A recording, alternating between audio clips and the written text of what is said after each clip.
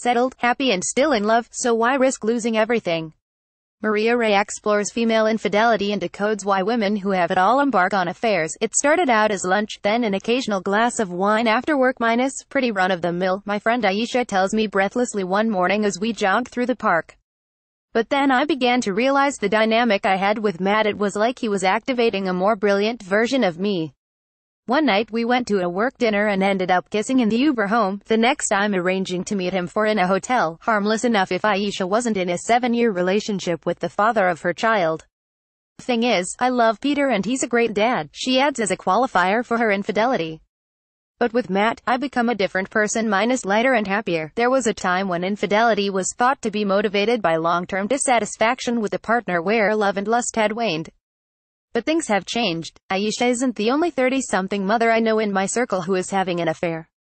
Today, infidelity is more closely allied to female UAL assertiveness minus a sense of, I'm taking this for me.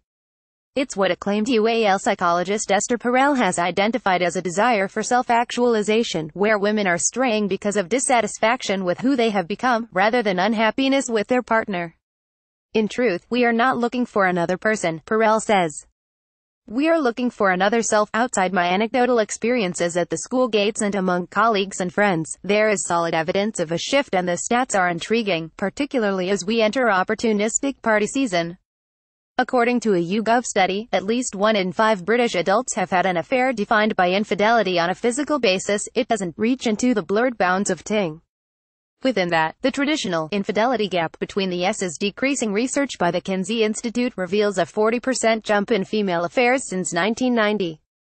And a study conducted by relationship expert and biological anthropologist Dr. Helen Fisher found over a third of adulterous women were happy or very happy in their marriages. That's a sizable chunk of happy women straying. There are, of course, plenty of affairs grounded in the misery of matrimony, continues Perel. But more and more women come to me who've always believed in monogamy, who have a solid relationship, and still cheat. Perel finds today's clients describe situations where infidelity has been triggered by desire for a newer former version of themselves, and believes Gen Y and millennials expect more from life than previous generations.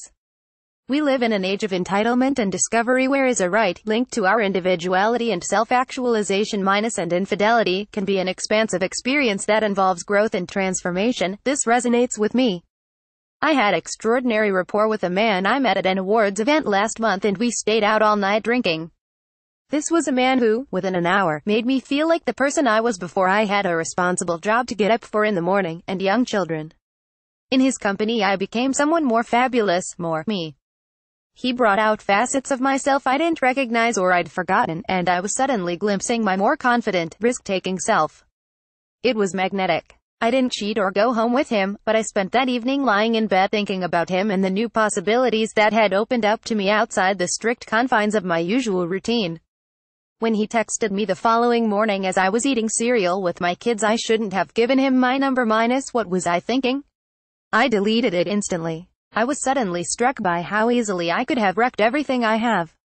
Cheating is easier than ever in the information age, as the possibilities to connect with people readily and covertly expands, says psychotherapist Crystal Woodbridge. The variety of apps that hide, encrypt or delete messages and pictures on our phones makes it simple for a cheater to cover their tracks. But it's not just technology transforming the landscape. These technological innovations arrived at a time when women were already wanting to reach out, take risks, and explore. The reason dating app Bumble is successful is that it strikes a chord with women who want to take back control. Bumble's international brand director Louise Troen explains, women are at last breaking free from years of suppression and wanting to explore their different personas, and evidence shows this doesn't just stop once they have a wedding band on their finger. According to Nietzsche Hodgson, author of The Curious History of Dating, women are more likely to link the idea of infidelity with a sense that they are taking something long overdue or deserved. Even in these apparently liberated times, many of us grew up feeling we should behave in a certain way and not take UAL risks. There are so many oppressive ideas of how women are allowed to be UAL. Women who had a more varied UAL history by the time they settled down are more likely to be faithful, and not feel that they have a whole other identity that they wish to experience or explore. Sexologist Catriona Bofford says that with many women now earning the same as or more than their partners in careers outside the 9 to 5, there is both increased opportunity and a greater capacity to cheat. Yes, juggling a successful career with relationship or family obligations offers less me time, but the flip side is financial autonomy, which can buy back freedom. Losing that sense of me following the arrival of children is the reason many women stray, despite the perception that motherhood makes us committed monogamists. As a mother, it can be hard to distinguish between one's sense of self and that of the child, says relationship counselor Vana Rampal.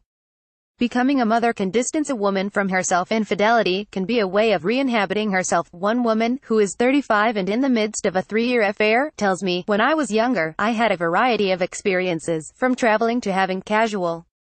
Today, that's gone, so I feel entitled to my time with Doug. With him, I can reach into a new self, and it's not hurting my husband because he doesn't know." But while it works for some, one 32-year-old I speak to is racked with guilt. "I kissed one of my clients from work who I've had chemistry with for about 2 years and it tore me apart. I had to ask my boss to take me off the account, blaming a personality clash. The guilt ate me up. Every time I looked into my baby's face or kissed my husband I felt like crying," she says. "That was 6 months ago and I still feel like there are parts of me that are dormant, but I can't even contemplate the inevitable car crash of having an affair." Perel says millennials, though natural risk-takers, are also fragile when it comes to infidelity while in committed relationships. They are more romantic than baby boomers, she says. The flip side of a hookup culture is that when they do commit, they value exclusivity, so how can you avoid slipping into dangerous ground? To start with, recognize what commitment means.